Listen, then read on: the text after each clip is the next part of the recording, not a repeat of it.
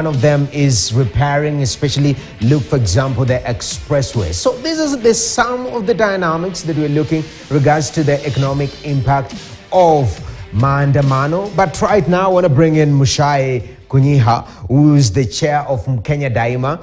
Mr. Mucai, I was looking at, because Mkenya Daima is targeted towards ensuring that we have peaceful elections and thereafter also a peaceful transition. So the hashtag was for this particular 2022 elections, nitatenda wajibu wangu.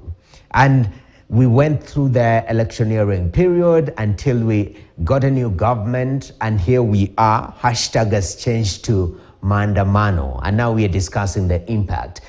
So far from where you see it as Mkenya Daima, have the parties stood with what they promised Kenyans they would? Thank you, Noah. I think unfortunately not, because as we saw in the election, we were able to run an election, a very highly contested election. We had a lot of rallies everywhere, people of opposing parties, sometimes very close to each other. We had an election day, which was long, and the counting, and we kept the peace all through that.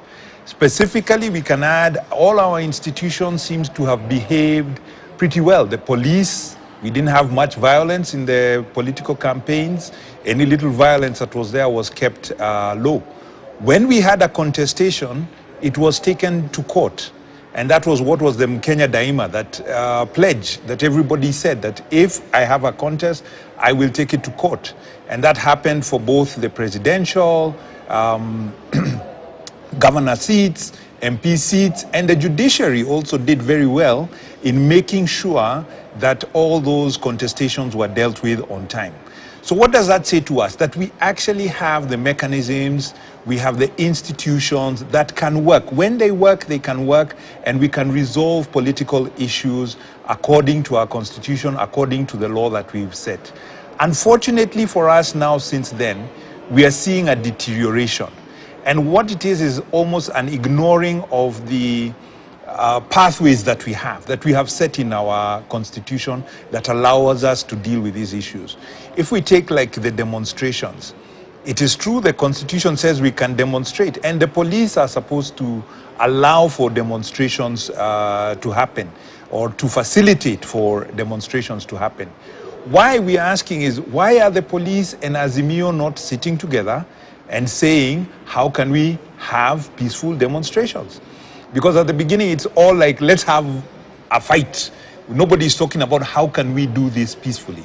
And from Kenya Daima, we are saying, can we get our institutions to start working again, to take their correct place, and to also for the opposition to say, let us address our issues through the institutions that we have in place, rather than trying to do it on the street. Because one of the things that we managed to do, or what we've been working on ever since we got into our second liberation, is how can we remove violence from the political discourse. We cannot be winning or losing political arguments by violence. It should be peaceful through the means that we have set. Definitely. That's very important. Peace is the foundation, and a very strong one at it when it comes to business prospering, because we can always build on that. We can always recover on that.